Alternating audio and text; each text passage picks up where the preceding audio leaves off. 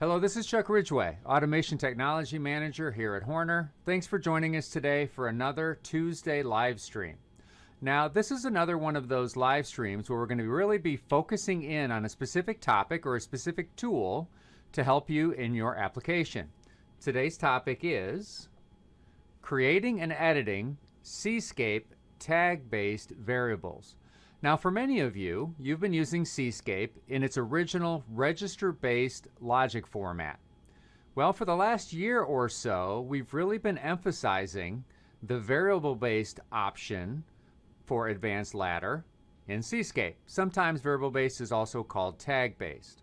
So joining me today to talk about creating and editing Cscape tag-based variables is my colleague, Casey Gardner. How you doing today, Casey? Hey, not too bad. How's it going, Chuck? It's going well. Now, as you know, we have a lot of customers who are getting ready to try out this new programming style, the variable-based approach. What advice would you have for those customers to make for a smooth transition? Yeah, first and foremost would probably be that by default, it's not something that's enabled in Cscape. So under Cscape, when you open a new program, you can go to Tools and Application Settings, I believe, and there will be the ability to enable other program types, which of course include the advanced ladder with variables, but also our IEC languages and enhanced IEC capabilities as well. And then after that, basically just starting a simple program, could be as simple as a start-stop circuit kind of thing, and just take a look at how you enter in variables within the variables window, which is a new tool you'll have to use because again, it's not used in the regular advanced ladder. So that would be definitely a good start, I would think of.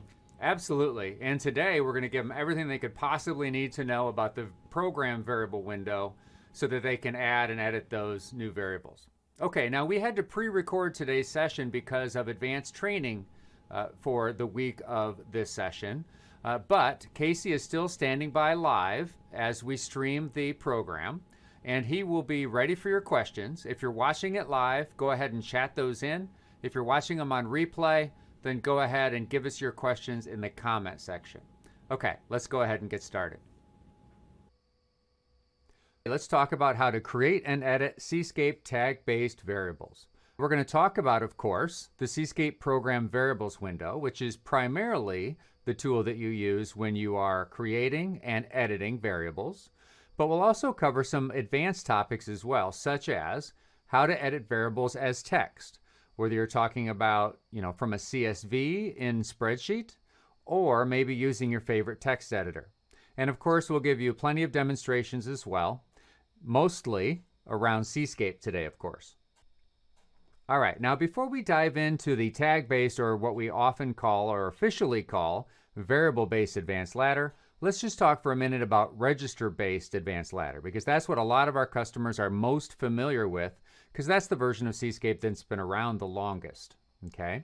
Now, in register-based advanced ladder, all the variables that you create in your project must be tied to specific OCS memory locations. So there isn't an option, they all have to be tied. Now, the tool that you use in register-based advanced logic for naming your variables is called the IO name dialog box, okay? And the variable names, of course, are called IO names. Now, when you want to basically work on a bunch of variables at once using a tool other than Cscape, then copying and pasting from the IO names window to Excel is really the easiest way to do that. But again, today we're talking about variable-based advanced ladder, so we're going to take a look at the tools that are available in variable-based advanced ladder. The primary tool is, of course, the program variables window. It's used for creating variables, it's used for editing variables. It's available from the Tools menu, and it's dockable. It's a window that's dockable if desired. It can be docked on the left, it can be docked on the right, it can be docked to the bottom, or it can be left floating, which is typically how I like to use it. All right, now let's take a look at how the program variables window is organized. From top to bottom, you'll find different groups of variables, and those are all shown here.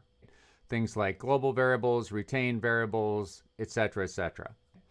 Across the top from left to right, you'll see different properties of your variables, including things like name, type, dimension, etc. And we'll go into all that in a lot of detail. Let's start with the variable groups. From top to bottom, the first group you'll come across is the global variables. Now, what are global variables? Well, the variables that go here, first of all, start with the variables and arrays that are mapped to real-world I/O. Now, wait a minute. I thought with variable-based advanced ladder, you didn't have to map your variables to memory locations or anything like that.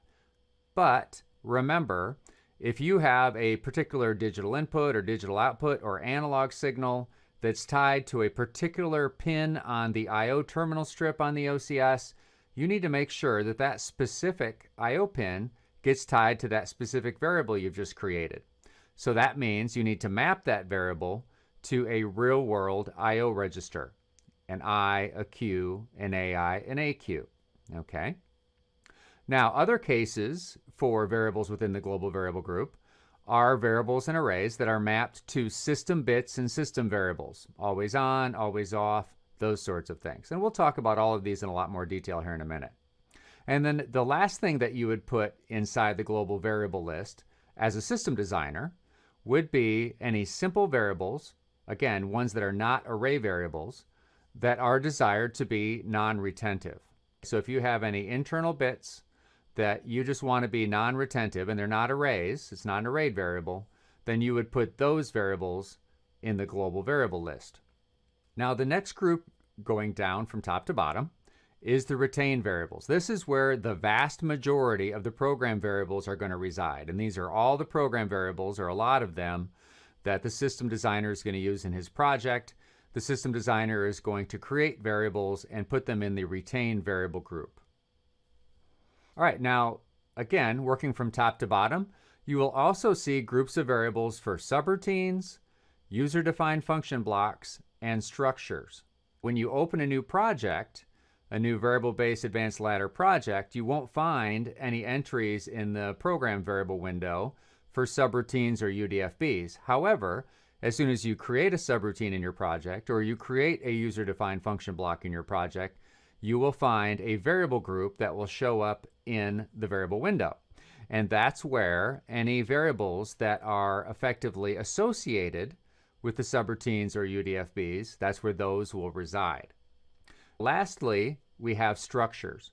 And there are some structures that are predefined in Cscape, specifically structures that are associated with the PID instruction, as well as structures that are associated with timers and counters, either with a 16-bit accumulator or a 32-bit accumulator.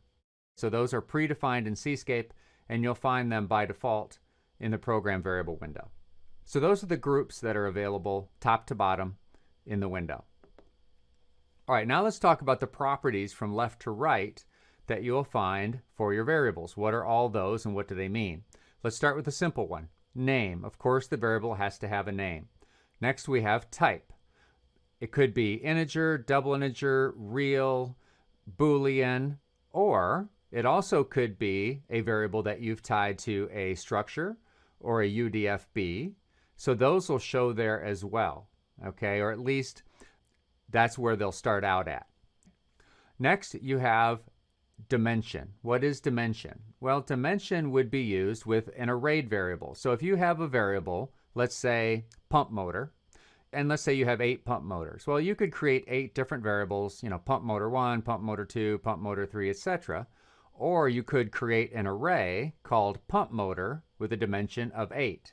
And then when you use that variable in your program, you would reference anywhere between pump motor index 0 through pump motor index 7 to retrieve the 8 different variables associated with your 8 different pump motors. So that's what dimension is used for. Now with attribute, with that particular property, you're only going to really find that being used with user-defined function blocks. So any variables that are input variables or output variables or private variables for your UDFBs are going to show up in the attribute column. There's another column called initial value. Now in Cscape 9.9, that is not functional. If you're using our IEC 1131 languages, you're also going to be using pretty much the same variable window, And with those languages, you do have an active column for initial value, but it's not active with Cscape 9.9 and variable-based advanced ladder. Okay, moving from left to right, we continue on. The next column is user group. Now that is a feature you can use if you choose to kind of subcategorize your variables as a system designer. So let's say you have a machine with multiple functions, if you will. You could decide that all the variables associated with a specific function would be within a user group with that function name. For instance, let's say one of the functions of your machine was a loader on the front of the machine. So you could have a user group called loader, and then all the variables that are associated with the loader you could tie to that particular user group. So that would be one way of using that particular feature. It's really just an organization type feature. Now the next column is the memory column. That's the specific column you're going to use if you need to assign a specific memory address to a specific variable. And what we've talked about so far is that if it's a real-world I/O point, that's a case you need to assign a specific memory location to it. And then last week we talked about Modbus communications, and Modbus communications is another scenario where you're going to have to assign some memory locations to specific variables. But again, almost all of the rest of the cases, you don't need to worry about the memory column. And then finally, there's a description column where additional descriptive text for the variable is listed if you want to take advantage of that. It could be a reference to a drawing, could be just some additional descriptive information. However you want to use that or not use that. Now let's spend just a couple more minutes talking about the default variables that you will find in the global variable group. At the very top, you're going to find 4 real-world arrays. Those are named AI, AQ, I, and Q. And those are arrayed variables that are dimensioned to the total size of digital inputs, digital outputs, analog inputs, and analog outputs in the OCS. And they're tied to specific memory locations starting at AI1, AQ1, I1, and Q1. All right, so what are those used for? Well, when you add remote I/O in Cscape 9.9, let's say Smart Stick, Smart Rail, Smart Block, etc., you need to tie the I/O points for those I/O blocks to real-world I/O, and the way you're going to do that is by using those real-world I/O arrays. So you can find more details on that in other videos, but that's what those real-world I/O arrays are all about. And then the remainder of what you'll find in the global variable group by default when you open a new Cscape project are system bits, always on, always off, the flashers for 1 second on and off contacts, those sorts of things. Those are there for your convenience. And then there's also some variables that are tied to system registers that are there for your convenience as well. Things like variables that are tied to the real-time clock, tied to user screens, alarm screens, those sort of things. Those, again, are there pre-configured for your convenience. So again, with the global variable group, you're going to have these variables predefined when you open up a new project. Now let's talk about using the program variable window with your application. Using the window itself to add a variable one at a time or to edit a variable one at a time, that can be a very effective approach. Certainly for a small project where you may only have a few variables, for changing variables that are already deployed in your program. Let's say, for instance, that you have a variable called pump motor and you've already got several contacts and coils scattered throughout your program that are tied to that variable. And you decide you need to give it a different name. You want to make it an arrayed variable, so now it would have an index, or maybe you just want to call it pump motor 1 instead of pump motor. By going into the variable window and changing that variable name, Cscape will then ask you if you want to automatically go through the program, go through all the screens, and do an auto replace for that variable name that you just changed. And of course, almost always the answer is yes. It's going to save me a ton of time and potentially solve a mistake. That could happen if I forget to do the replacement manually on my own. So that's a case where when you're changing a variable name, you're certainly going to want to do that directly in the program variable window because it's going to give you the ability to do that automatic search and replace. And then if you're the type of programmer that just likes to create variables as you program, or you've already got a bulk of your application done, you just need to add a couple of variables, adding them one at a time using the program variable window tool is perfectly an effective way to do it. So let's go ahead and let me show you a demonstration on using the variable editing window. So I'm going to go ahead and switch to Cscape. All right, and here's what I have. I've got a program that's already had some work done on it, as you can see. And what I'm displaying here in the center of the screen is the program variable window. And here's what we've got from top to bottom. Those are our different groups that we talked about before. And these are my global variables. Here's all the ones that were in there by default. Here's the retained variables that I've added all these in. We've also got a subroutine. So these are variables that are specifically tied to a subroutine. All right, so they're listed under the linearized, which is the name of that subroutine. We've only got one subroutine, so therefore we've only got one subroutine group shown here. We've also got a user-defined function block as part of the project, so all the variables associated with the user-defined function block are shown here. And under attributes, it shows you that this is an input variable, another input variable. We've got 4 of those total.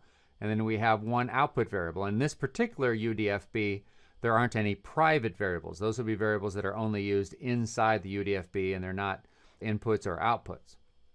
And then we have our structures and predefined structures for PID. Okay, so Cscape put these in here. These are all the variables that are tied to PID. And then here's your variables for, or your structure for timer, for 16-bit accumulator timers and counters, and for 32-bit accumulator timers and counters. And then here's a structure that I put in my project. It's a structure that I named motor. Okay, and these are the different elements within the motor structure. So if I had multiple motors that I wanted to use in my application, then I could create a retained variable with the type of motor. Here's an example of that here. And then I have all those subvariables available to me that were defined as part of the structure. And then you can see I've also got another variable named fan that's also tied to the structure of motor as well. So that's all very convenient stuff here, and that's how the different groups are arranged in the program variable window. Let's go ahead and add a variable here. Let me show you how that is done. So let me just go ahead and go to the retain variable area here. And let's say I just need to add a variable, and let's say it's just something simple like a, I don't know, like a motor overload or something. Okay, and I just want to create a variable called motor overload. So under retain variables, I'm going to go ahead and right click and hit add variable. The other option, of course, is I could also hit the insert button on my keyboard. And then this is where I can name that variable. I'm just going to call it motor overload here. All right, and it is a Boolean variable, and that was really all there was to it. And let's say in this particular case that the motor overload is wired to a digital input, and it's wired to digital input I3. Okay, so I'm going to go ahead and assign it here to %I3. So that was really pretty easy. Now normally, of course, if this particular variable was not tied to a real-world input or not being sent out over Modbus or anything like that, I'd have no reason to fill in this memory column. Okay, now here's something else I just thought of, and that is that really the best approach when you have variables that are tied to real-world I/O points is not to put them in the retained group, but to put them in the global group. That's really the best programming practice. So what can I do? Well, you can move variables around from group to group without really any problem. Let me show you how to do that. So I'm going to click and hold on this variable, and I'm going to drag it up to the global variable group. And now I'm within the global variable group, and you can see that variable I just created, motor overload Boolean, has been moved into the global group. So that's a technique you can use for moving variables from group to group when you need to do that. So that is just a quick demonstration of adding a variable to the program variable window. Now let me show you how to edit a variable as well. So let's say that for the sake of argument, my variable that I named sensor1 underscore raw, let's say for the sake of argument, I wanted to rename that to something else. Okay, let's say I want to name that, instead of sensor1, I want to be more descriptive, and I wanted to say sensor underscore pressure underscore raw. All right, now I renamed that variable. Now Cscape's asking me if I want to update existing variable references with a new name. So I've already used that variable in my program, and I'm going to say yes, and it's telling me that it went through and found the place in my program where I used that old reference and it changed the name for me. That's a great feature, and certainly one that you need to take advantage of. And it just so happens that this is the location where that variable change was made. If I had used that older name on a screen reference as part of a graphics object or something, it would also have found and replaced it as part of the screen reference as well, or a graphics object as well. So again, so we've shown you how to add a variable in Cscape using the Program Variables tool. We've also shown you how to basically edit or replace a variable as well. Let's go ahead and continue on. All right, now what I just showed you was how you can very effectively go through and add variables or edit variables one at a time. But what I want to talk to you about now is different techniques for maybe editing variables all at once as opposed to one at a time. Or maybe techniques for importing a bunch of variables or creating a bunch of variables, what we would say en masse, creating a bunch of variables at a time. Okay, so these are techniques that we want to show you next. So how can we do that? Well, we do it by using a feature called editing variables as text. So how do we do that? Well, basically what we're going to do is we're going to highlight the group that we want to work on, whether it's the global variables, whether it's the retained variables, etc.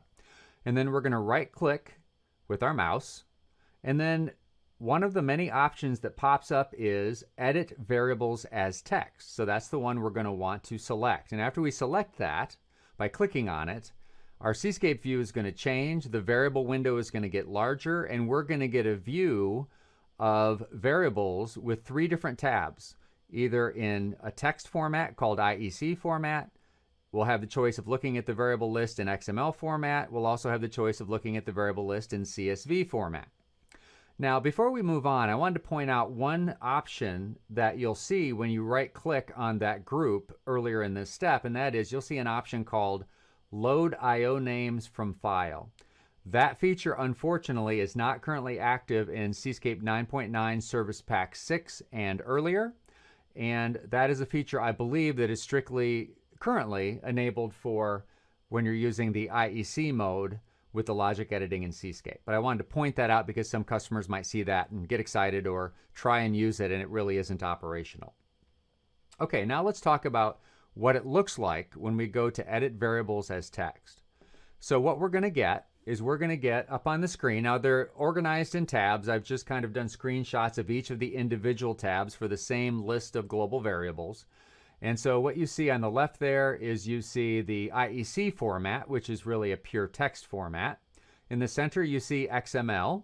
And on the right, you see comma separated variable, CSV format. So those are the 3 options you have for editing variables kind of en masse or all at once. Now let's start with the first option, which is just using the IEC, which I call the text format, for going in and just editing variables right from Cscape. Now that can be pretty convenient.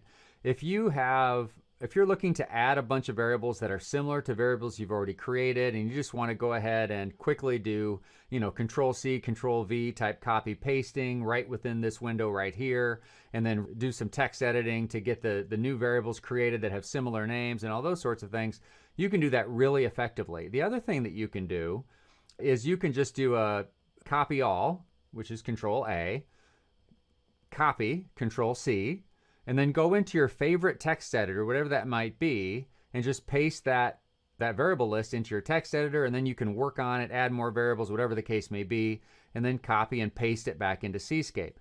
And I tell you, there are some folks out there who are programmers who are wizards with their text editors. Whatever those text editors are, they can just, their fingers just fly, and they can format, they can create variables, they can do editing just at the speed of light. So if you're one of those guys and you have a favorite text editor you would like to edit your variables in, this is the feature that you want to use, and the IEC format is the format that you want to use. Now, who would want to use the XML format? Well, it's really just an alternative to the IEC format, or the text format I just talked about. So it's a little more complicated. There's a few more fields there that you have to deal with, but it's available to you if you are interested in editing the text in its XML format. Okay, our final format is the CSV format. Who would want to use that? Well, really anyone who wants to go back and forth between a spreadsheet program like Microsoft Excel would find the CSV format the most useful. Now, you do have to be careful because the CSV format has a lot of extra data fields, so you have to follow the format carefully. But you could create a macro to make sure that gets done properly. The process of taking copied variables from Cscape, putting them into Excel, editing them properly, and then another macro to effectively copy everything in Excel, put it in the proper format, and then make it ready for Cscape to paste it back in.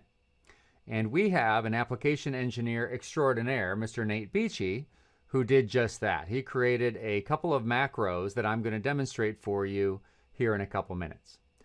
Let's go ahead next and show you how to edit variables as text in Cscape. So let's go ahead and switch back into Cscape.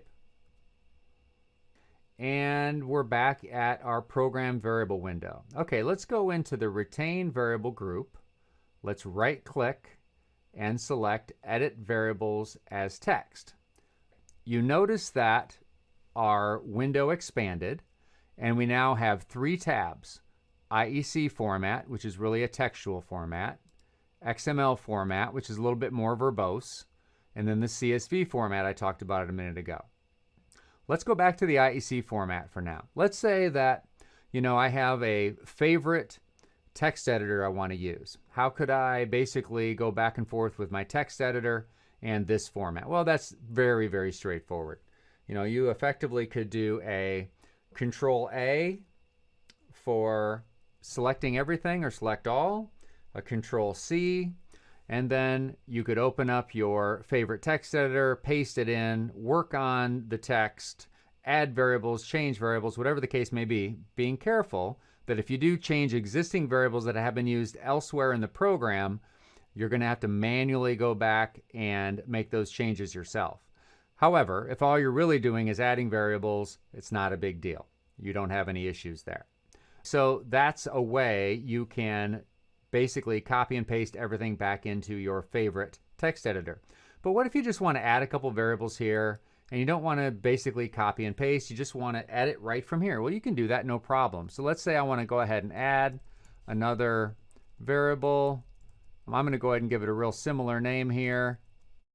I'm just going to follow the format exactly, and there you go. All right, so I've just added one simple variable. I could add a whole bunch more, whatever the case may be. Now, when you're done editing with this format, what you really want to do is press the X here to get out of this mode. And then if you've made any changes, Cscape will detect that and ask you if you want to keep these changes or save these changes. Now, if you've made a mess of things, you can press no and get right back to where you were before you even started. Or if you press yes, it means, yep, I do want to save those changes. And if I go into that retain variable group, you can see that, yep, that variable I added is certainly there. Now let's take a look at Nate Beachy's handy dandy macro for going back and forth with Microsoft Excel. So I'm going to click on retain variables again. I'm going to right click, and again I'm going to go back to edit variables as text. And this time I'm going to select the CSV format tab. I'm once again going to hit Control A to select everything, Control C to copy to the clipboard. I'm going to open up Excel. I've got a nice empty spreadsheet here. I'll make sure that my cursor is located in the first cell. And then I'm going to go ahead and fire up Nate's handy dandy macro. So I'm going to view the available macros, and he created one called paste from Cscape. All right, I'm going to run that macro, and now we see that data from Cscape in a much more usable form for sure. Now let's say I want to add some variables, and I'll go ahead and do that here. So let's say I want to add a series of variables called LED1 through LED8. Now, of course, I could use an array for that, but in this case, I'm just going to do it this way, just to show you how I might use Excel as a convenient tool for editing. So I'm just going to type in here LED1 real and no for read only. That's what that RO stands for, by the way. I'm going to type another one in here. So far, this isn't any faster than a text editor probably. But now I can go ahead and stretch this down, let's say to, there we go. I now have 8 of these created. All right. Now I'm going to go ahead and go back to my macros. And I'm going to view the macros again. And this time, I'm going to select basically export to Cscape. I'll run that macro. So it should have basically copied the data in the format it needs to be copied to the clipboard. So now I can go back to Cscape, and I'm going to go ahead and delete the text that was there and just hit paste with Control V. All right, and you can see there's those extra variables that I added when I was in Cscape. I'm going to hit the X again. It's asking me if I want to save. I'll say yes. We'll go back into retain variables, and there we go. So again, you do have additional options beyond just manually editing variables one at a time from within the program variable window. Now, the advantage of changing a variable that's used elsewhere in your program already, whether it's in your logic or your screens, etc., the advantage of doing that editing right from this window, of course, is that you have the option of doing an automatic search and replace, which is very valuable. When you go in and edit variables as text, you want to be careful that you're not changing any variables that you've used throughout your program, or else you're going to have to manually go in and make those changes. However, hopefully we've shown you today some tools that will make it really useful for you when you're dealing with variables in variable-based advanced ladder. So that wraps up our material for today. A few reminders before we close. Don't forget to subscribe if you haven't done so already. That will give you notifications whenever we go live or whenever we put a new video up on our YouTube channel, including those very helpful tech tips that our tech support guys are always putting up there. Also, reminder, we'll be here every Tuesday at 2 o'clock for another live stream covering another topic. And next week, we've got a good one for you. That is using the I/O simulator, which is a pretty new product for us here at Horner. We sold out our first couple production runs almost immediately, but we'll be showing you how to use the I/O simulator with our micro OCS family of controllers. All right. Once again, thanks for joining us. If you're watching this on replay, don't hesitate to type questions into the comment section. We'll get those answered just as soon as we can. Stay safe out there.